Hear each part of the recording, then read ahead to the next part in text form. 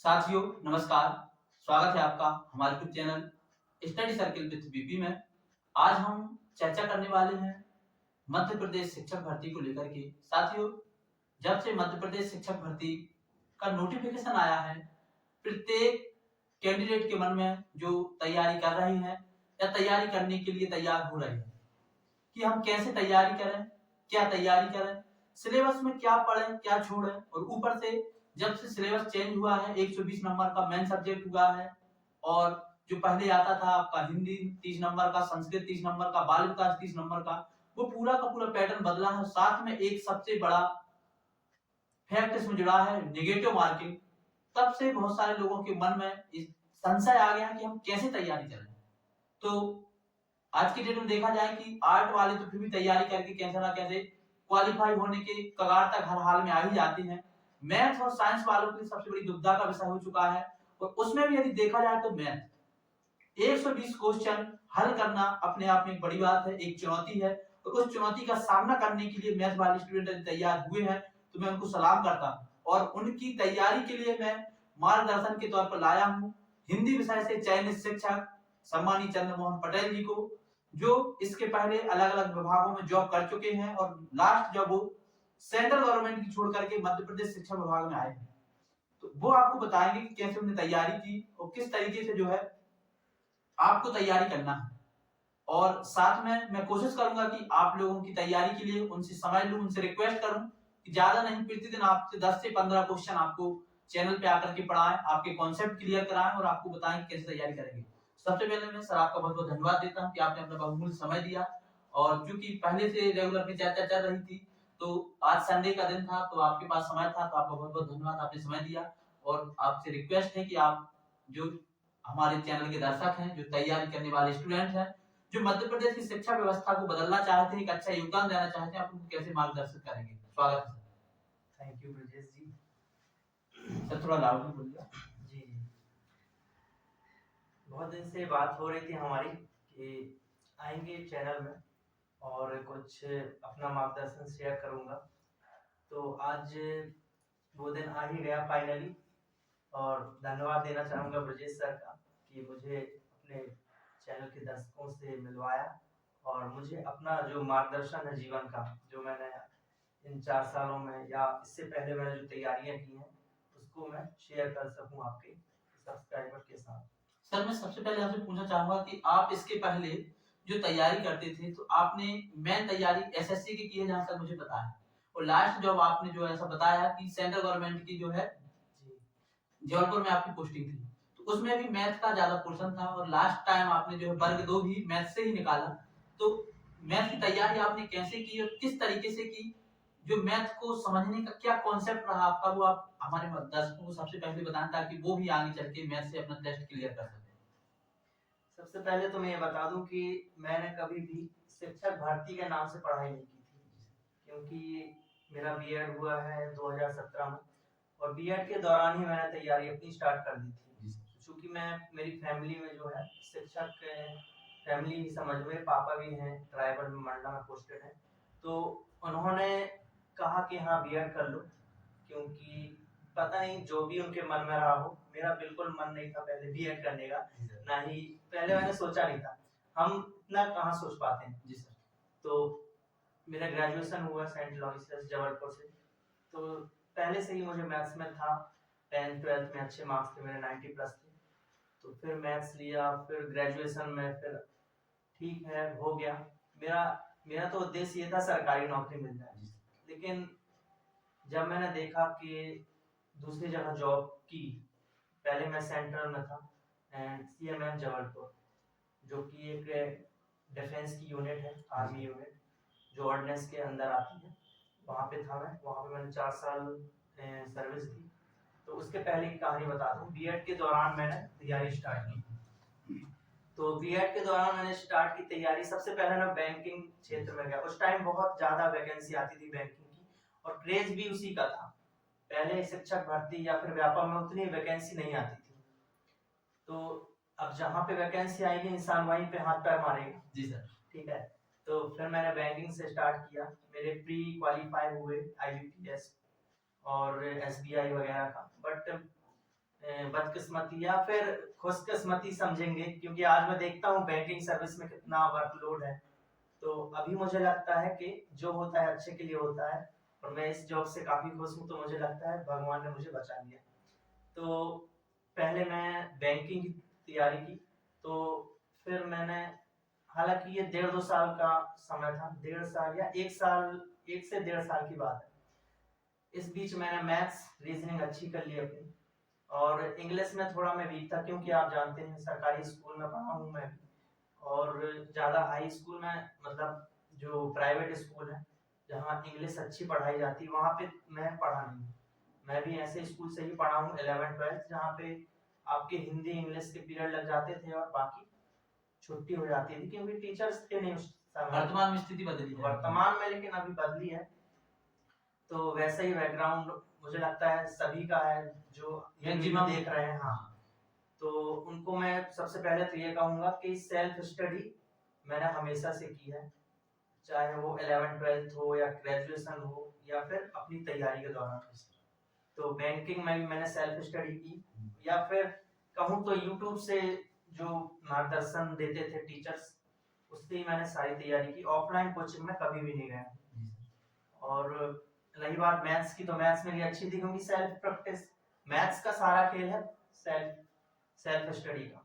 आप जितनी self study करेंगे, जितना अभ्यास करेंगे, उतना ही आपको फायदेमंद होगा। सर मैं आपको बीच में थोड़ा सा पूछूंगा कि मैथ की प्रैक्टिस का जो आपने कहा, क्योंकि जो दूसरे एग्जाम होते हैं, चाहे आपका बैंकिंग का एग्जाम हो या आपके कंपटीशन का कोई सा भी एग्जाम हो, मैं उसी में जा रहा हूँ। तो वहां पर जो आपकी केवल अंक गणित पूछी जाती है। हाँ, लेकिन जो टीचिंग का एग्जाम, चाहे आप सीटेट को देख लें, चाहे आप केबीएस मैं की वही टीजीटी समझाने वाला पीजीटी की हूँ। बात को देख लें, चाहे आप मध्य प्रदेश एमपी टेट वर्ग 1 हो या वर्ग 2, यहाँ पर जो कॉन्सेप्ट रहता है, मैंने देखा, जो मैंने भी हिंदी से क्वालिफाई किया, मैं भी हिंदी से पोस्टेड हूँ, मैंने देखा कि हिंदी में जो है बहुत सारे लोग जो है रचना रट रट के बैठे थे। रचना इस बार पेपर में नहीं आई थी, उसमें आपका बेसिक कॉन्सेप्ट आया था, आपका व्यवहारिक नॉलेज क्या है। तो क्या ऐसा मैथ्स में भी देखने को मिला? बिल्कुल ब्रजेश जी, जैसा कि आपने बताया बैंकिंग का सिलेबस बिल्कुल डिफरेंट है। बैंकिंग के बाद फिर मैंने एसएससी ट्राई किया। एसएससी का बिल्कुल से अलग से, मतलब बैंकिंग में आपको कैलकुलेशन पे फोकस रहना पड़ता है, और टाइम टाइम देखते हैं बस। सिंपल सिंपल कैलकुलेशन के आप भी कर दोगे, अभी पेपर दिया जाए तो जोड़ना घटाना, सिंपल सिंप्लीफिकेशन कैलकुलेशन। लेकिन एसएससी में थोड़ा टफ लेवल, ठीक है। तो उसमें ये त्रिकोणमिति, बीजगणित, ज्यामिति, इन सब पे फोकस किया जाता है एसएससी में। और जैसा कि टीचिंग एग्जाम की बात कर रहे हैं, सीटेट भी मैंने क्वालिफाई किया, वर्ग 1 पेपर 1 और 2 दोनों, मतलब पीआरटी और टीजीटी। हाँ वो भी मैंने फर्स्ट अटेम्प्ट में किया था। उसकी मैं अलग से नहीं की थी, बस दे दिया था तो हो गया था। और तो मैं कहाँ पे था, हाँ बैंकिंग बैंकिंग के बाद मैंने किया एसएससी। तो एसएससी में मैंने स्कोर किया हूँ, फुल मार्क्स आए थे मेरे। दर्शकों की तरफ थोड़ा सा नजर बना के अगर बढ़िया रहेगा। हाँ, तो एसएससी का एग्जाम दिया था मैंने इन 2017 या 18 की बात है शायद, 17 में। तो उसमें मेरे मैथ्स और रीजनिंग में फुल मार्क्स थे, और नेगेटिव मार्किंग तो रहती है, आप जानती हो। और उसमें मैंने स्कोर किया था 127 मार्क्स थे 150 में से। और जो उसके बाद जो ऐसे राइटिंग होता है, उसमें भी क्वालिफाइड हो गया था, और डॉक्यूमेंट वेरिफिकेशन भी हो गया था। फिर उसके बाद आप जानते हो, फिर मेरिट लिस्ट से बाहर हो गया। तो थोड़ा लगता है, लेकिन कहीं ना कहीं आपको आगे लगे सर रहना। यहाँ पे मुझे दो लाइनें याद आती हैं कि व्यक्ति कोशिश करता है, लेकिन कहते हैं कि कोशिश करने वालों की कभी हार नहीं होती।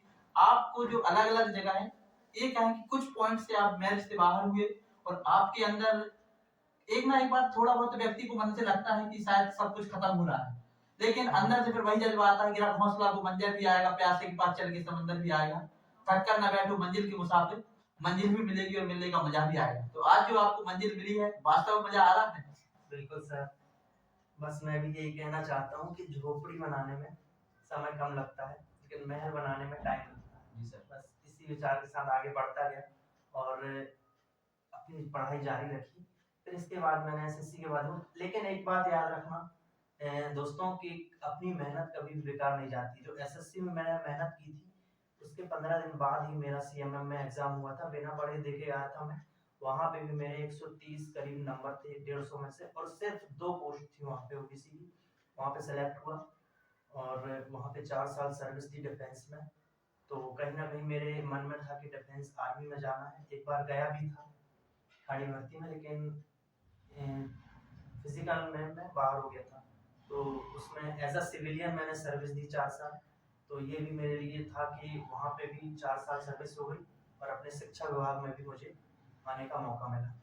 तो कहीं ना कहीं मेहनत हमेशा काम आती है। अब हम अपने मुख्य मुद्दे पर आए, जो आज का हमारा मेन विषय है कि वर्ग 2 के जो कैंडिडेट हैं, जो वर्ग 2 की तैयारी कर रहे हैं या तैयारी करने के लिए तैयार बैठे हैं, जैसी नोटिफिकेशन आया है जी और सिलेबस पूरा बदल चुका है। 120 नंबर की गणित आनी है, और गणित जो है, जैसा कि मैं समझ पा रहा हूँ आपकी बातों से, कि आपकी अंक गणित आएगी, ये नहीं मैं कह रहा हूँ नहीं आएगी, लेकिन अंक गणित के साथ आपको उसमें ऐसी अंक गणित आएगी कि आपको बेसिक नॉलेज बहुत जरूरी होगा। तो आप उस तरीके से कैसे हमारे दर्शकों को समझाएंगे कि वो कैसे अपनी तैयारी स्टार्ट करें, और आप हम अपने मुद्दे से मेन फोकस करें वर्ग 2 पर, जो मेन हमारे कैंडिडेट हैं उनको वर्ग 2 को कैसे क्लियर करें, क्योंकि एक वास्तव में चुनौती का सामना होता है। आर्ट वालों के लिए केवल टिक करना पड़ता, क्वेश्चन पढ़ो टिक कर दो, लेकिन मैथ में मैं देखता हूँ, मैंने भी थोड़ी बहुत तैयारी की है पहले कंपटीशन एग्जाम की, कि कई बार एक सवाल को करने में 5 मिनट का भी समय हमारा कोई ना कोई क्वेश्चन ले जाता है। टाइम मैनेजमेंट बहुत बड़ी दिक्कत होती है। तो आप हमारे दर्शकों को क्या बताएंगे, कौन सी बुक्स प्रेफर करेंगे कि वो कौन सी बुक्स से पढ़ें, कौन सी बुक्स से आपने पढ़ाई की। लेकिन जहां तक मैं समझ पा रहा हूँ, जहां तक मैंने खुद की तैयारी की और आगे मैं और भी तैयारी कर रहा हूँ, कि हर एक चीज का एक बेस जो हमारी न्यू होती है वो मजबूत होनी चाहिए, और न्यू मजबूत होने के लिए एनसीईआरटी, जहां तक अभी शायद मैं सही हूँ, तो एनसीईआरटी बेस्ट आपकी 6 से लेकर के 10th तक की एनसीईआरटी की एक एक लाइन आप पढ़ के देख लीजिए, आपको लगेगा कि हाँ आपने जो है अपना बेस बना लिया। बाकी आपके क्या अनुभव आप भी जरा हमारे दर्शकों के साथ शेयर करें। जहाँ तक मैं बात करूँ वर्ग 2 की, तो वर्ग 2 में जो सिलेबस मैंने अभी देखा, काफ़ी टफ नहीं कहूँगा, बहुत इजी है। 9th 10th यदि आप अच्छे से कर लेते हैं बुक्स, कॉन्सेप्ट, मतलब टीचिंग एग्जाम जितने भी मैंने देखे हैं, इससे पहले मैंने सीटेट का जो दिया था, उसके लिए मैं अपनी तैयारी का मुख्य आधार मानता हूँ पुराने वर्ष के पेपर्स। यदि आपने 8-10 साल के पेपर सॉल्व कर लिए तो आपका 80% काम हो गया। लेकिन चूंकि आप जानते हैं कि यहाँ मध्य प्रदेश में भर्ती ही 10-10 साल या 8-10 साल बाद होती। मैं आपसे कहना चाह रहा हूँ लाउडली थोड़ा सा दर्शकों को बताएं, 10 ताकि साल दर्शक समझ सकें। हाँ, वही मैं बोल रहा हूँ कि 10 साल के क्वेश्चन पेपर आप लाओगे कहाँ से? तो आपके लिए ये सौभाग्य की बात है कि एक बार वर्ग 2 का एग्जाम हो चुका है। इसके पहले के जो अभ्यर्थी हैं उनके पास कोई भी आधार नहीं था कि कैसा पेपर आने वाला है, लेकिन अभी आपके पास जो अभी 2018 का पेपर हुआ है उसका आधार मान के, और जो मैं बोल रहा हूँ कि 10 साल के पेपर, चूंकि आप स्टेट के नहीं, चूंकि आप ऑनलाइन हो रहे हैं तो एक एग्जाम ही 30 दिन चल रहा है, तो आपको 30 पेपर तो ऐसे हो गए। तो मतलब आपके लिए सौभाग्य की बात है कि एक बार हो चुका है एग्जाम, और आपके लिए एक अच्छा आधार है उसको कि पेपर की प्रकृति कैसी होगी उसको जानने का। तो आप ये कर सकते हैं 2018 के कम से कम 20-30 पेपर लेकर उसको पहले सॉल्व करें तैयारी से पहले हमें समझना है कि क्या आने वाला है, फिर आप अपनी किताबें उठाएं और आपको पता चल सके कि आप कितने घंटे पानी।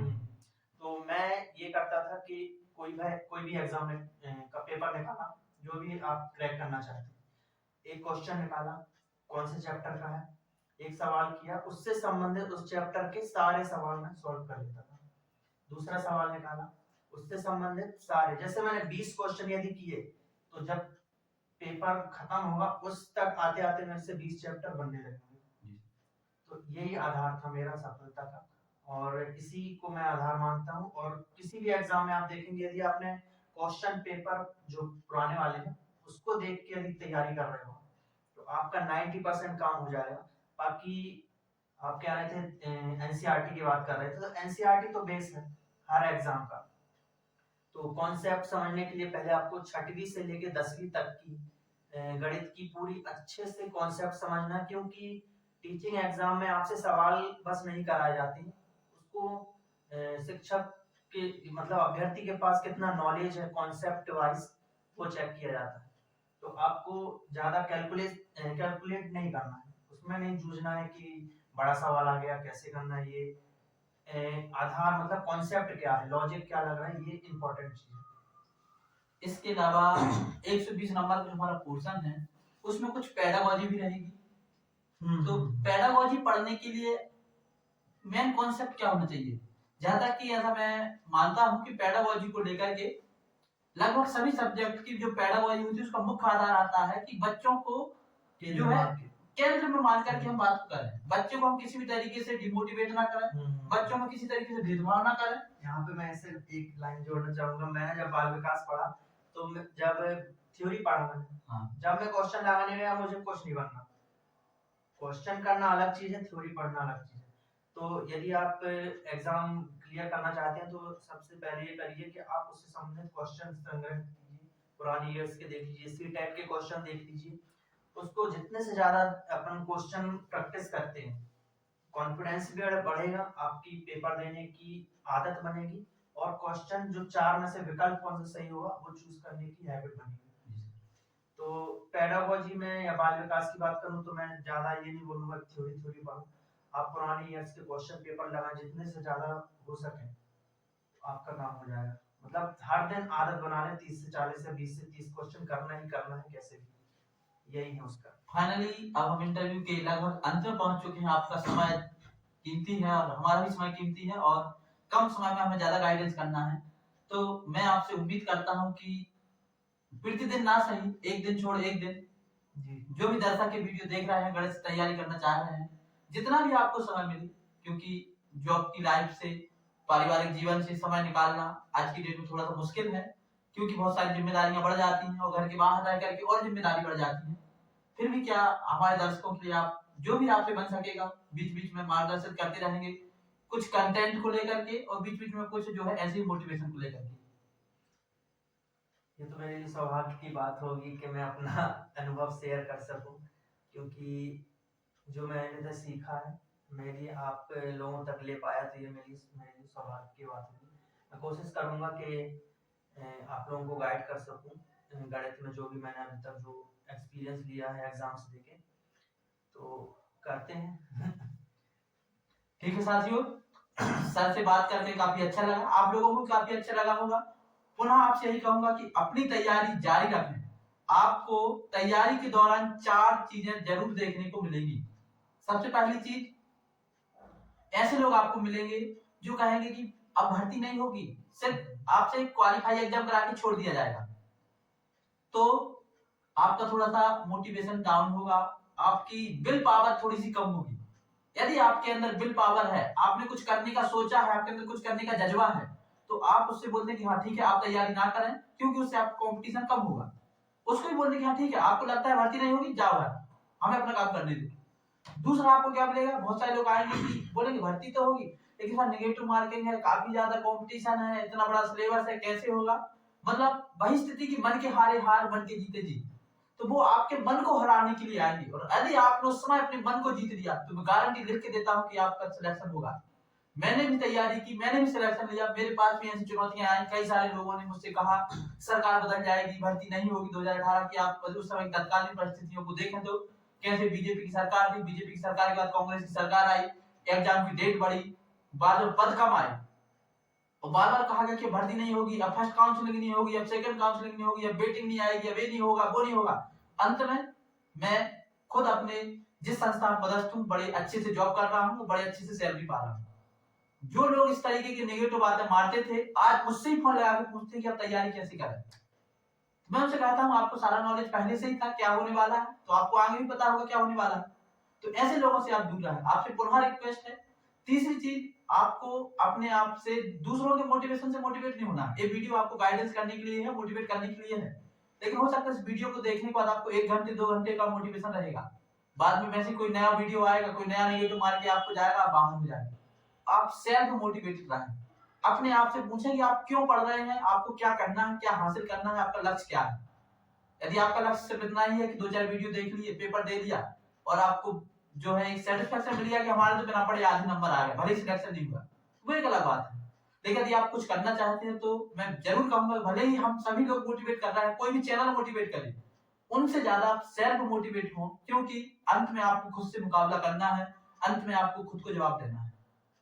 लास्ट बात, एक थंब रूल है, यथार्थ सत्य है कि जरूरी नहीं है जो घटना पहले घटी है वो आगे घटे। कहने का मतलब कि पहले 10 साल के अंतर से भर्ती हुई तो आगे 10 साल के अंतर से भर्ती होगी, क्योंकि आज की डेट की तात्कालिक परिस्थितियों को देखते हुए सभी सरकार, जो वर्तमान सरकारें हो या पिछली सरकारें हो, मध्य प्रदेश की हो या मध्य प्रदेश के बाहर की हो, सभी का फोकस वर्तमान में एजुकेशन पर है। और जब से नई शिक्षा नीति आई है, सबका फोकस 100% शिक्षा के क्षेत्र में आ चुका है। यहाँ तक यदि कहा जाए कि दिल्ली मॉडल की जो केजरीवाल सरकार बात करती है, कहीं ना कहीं उसने, चाहे किसी भी पार्टी की सरकार में, किसी पार्टी विशेष का समर्थक नहीं हूं, लेकिन चाहे कोई भी पार्टी की सरकार हो, चाहे या यहाँ तक ये कहें कि हमारे मध्य प्रदेश की खुद सरकार हो, वर्तमान आप देख सकते हैं कि मध्य प्रदेश सरकार बेरोजगारों में कितना अच्छा अवसर लेकर के आई है।